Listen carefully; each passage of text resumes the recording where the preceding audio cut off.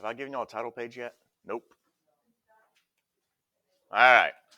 So at one point, and it was probably last week, y'all watched a video, and I think this was mentioned in one of the videos.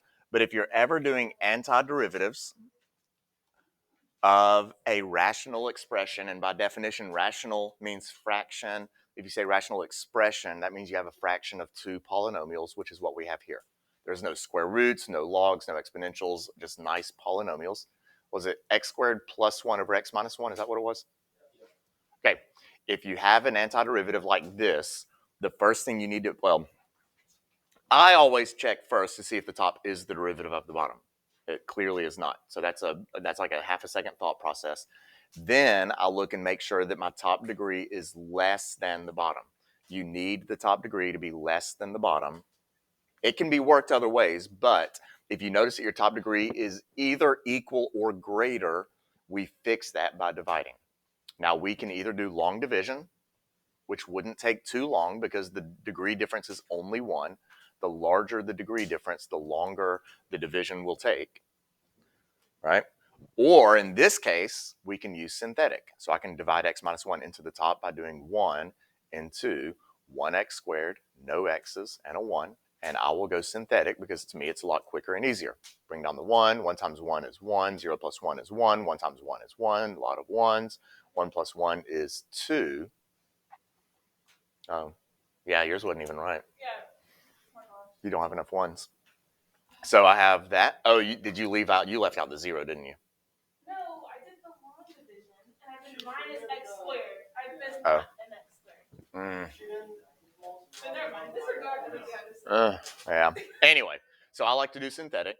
And what that means is that my original fraction, x squared plus 1 over x minus 1, can be rewritten as 1x plus 1 plus, and this is my remainder, so plus the remainder of 2 over x minus 1. And that is still all inside an antiderivative, right? Now, x plus 1, hopefully those pieces are really easy to you by now.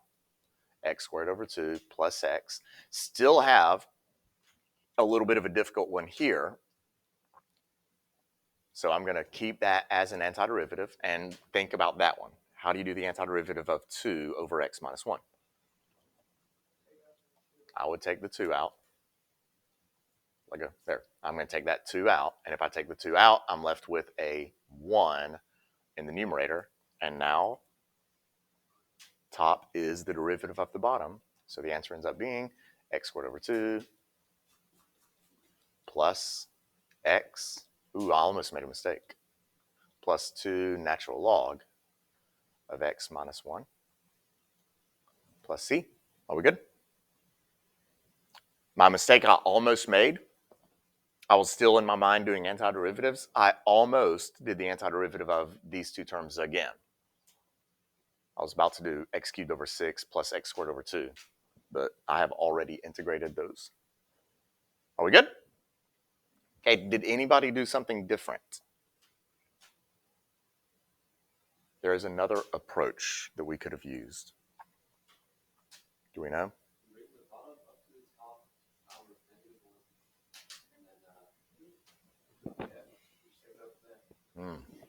No.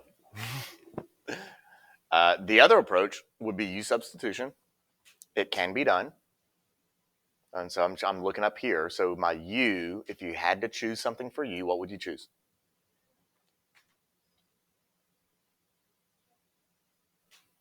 We've talked about this, right? I think I just heard x twice. Did I hear x from two different people? Okay. Never.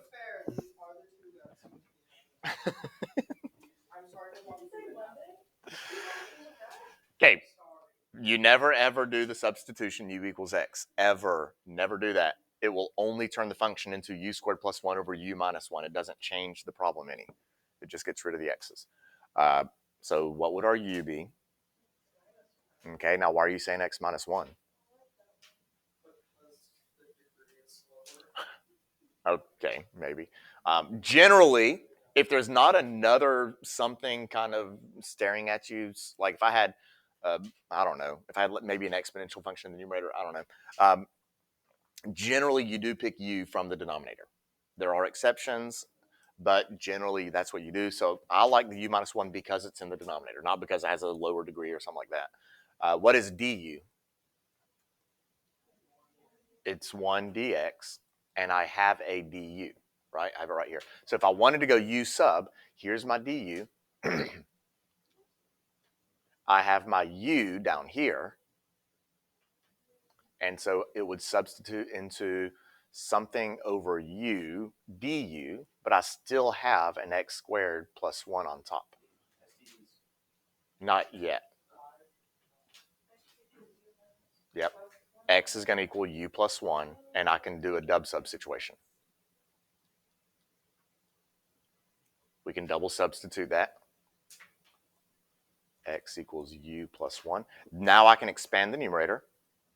That's u squared plus 2u plus 1. And now we can STD. Whoops, not plus c, dx. So now if we STD that, we would have the antiderivative of u plus 2 over u. That's a typo up here. It should be a du, not a dx. And now we have power rule and recognition. U squared over 2, 2u. 2 over u would be 2 natural log of u. And plug your u back in. And finally, we have x minus 1 squared over 2 plus 2 times a quantity x minus 1 plus 2 natural log of x minus 1 plus c. And you'll see that that answer is a lot different looking than the first one. It is mathematically the same. I'm curious. What if I expanded that? I want to expand that because this was one of my answers. That was one of my answers. I want to see if it actually does end up being the same as this one.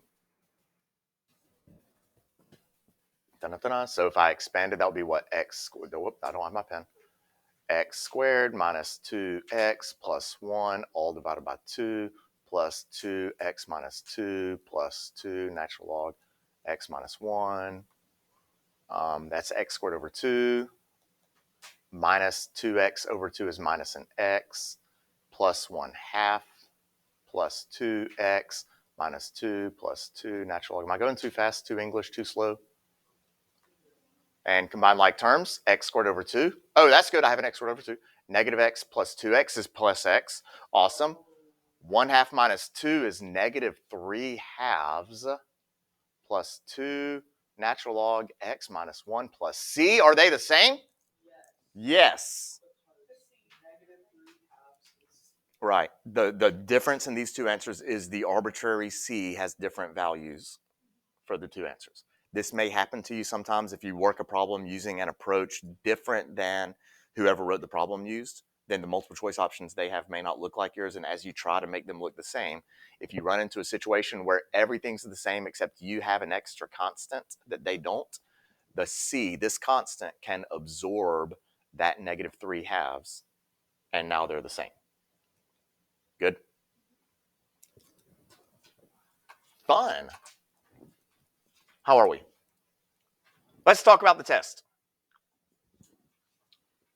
Let's talk about the test. So y'all have the test in front of you. This is just whatever the most... all right, so homework were some problems on the Power 100 sheet. So let me pull that up. We don't have a whole lot of time. We have like 6 minutes, but I can answer some questions. So what questions do we have on the problems that you were supposed to have done for homework? 46? Okay. Well, sometimes, yeah, I don't know. So 46?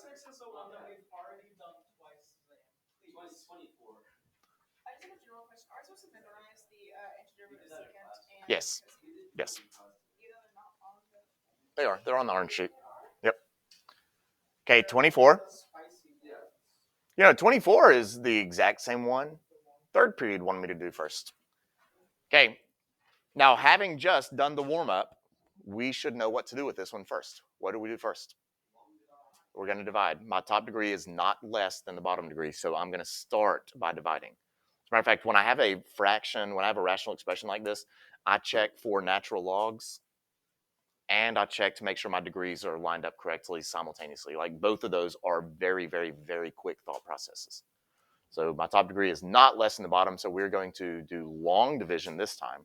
There is a synthetic division method for quadratics when you're dividing by an x squared, but I forgot what it is. And even when I did know what it was, I didn't like it. So I still would do long division.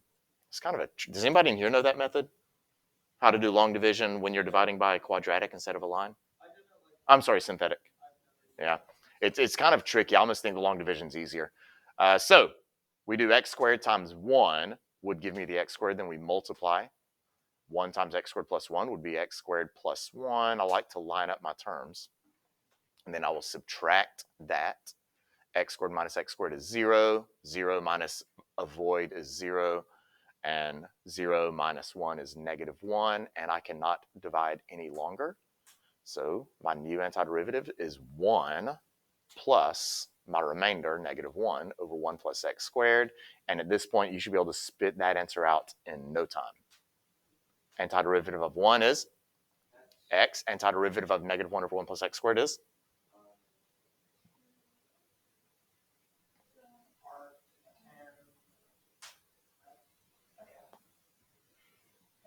Negative arctan.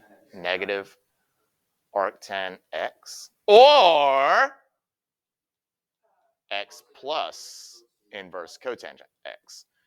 And for your response world, doesn't matter. They're both acceptable, but in multiple choice, you have to know that they may throw the other one up there. So you have to recognize those two.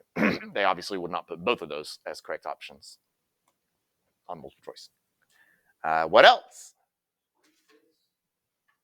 Oh, gosh. 26. You silly, you figure.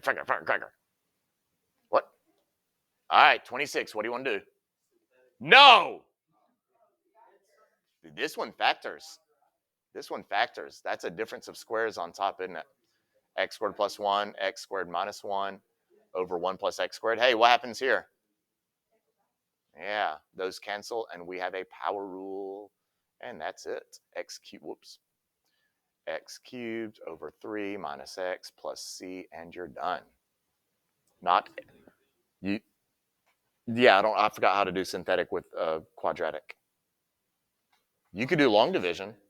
You can do long division. If you did long division, what are you going to finish with?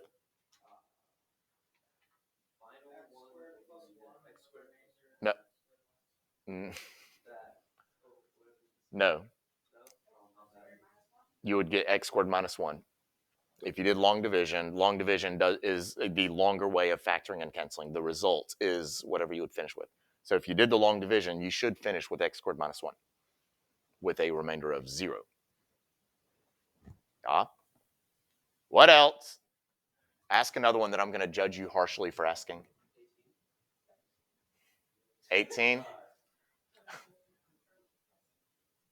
Did I give y'all 18? I was say I didn't give y'all that one. It would be a to the u of x divided by the natural log of a. Is what it would be. Any others? What about? Oh, really? Okay.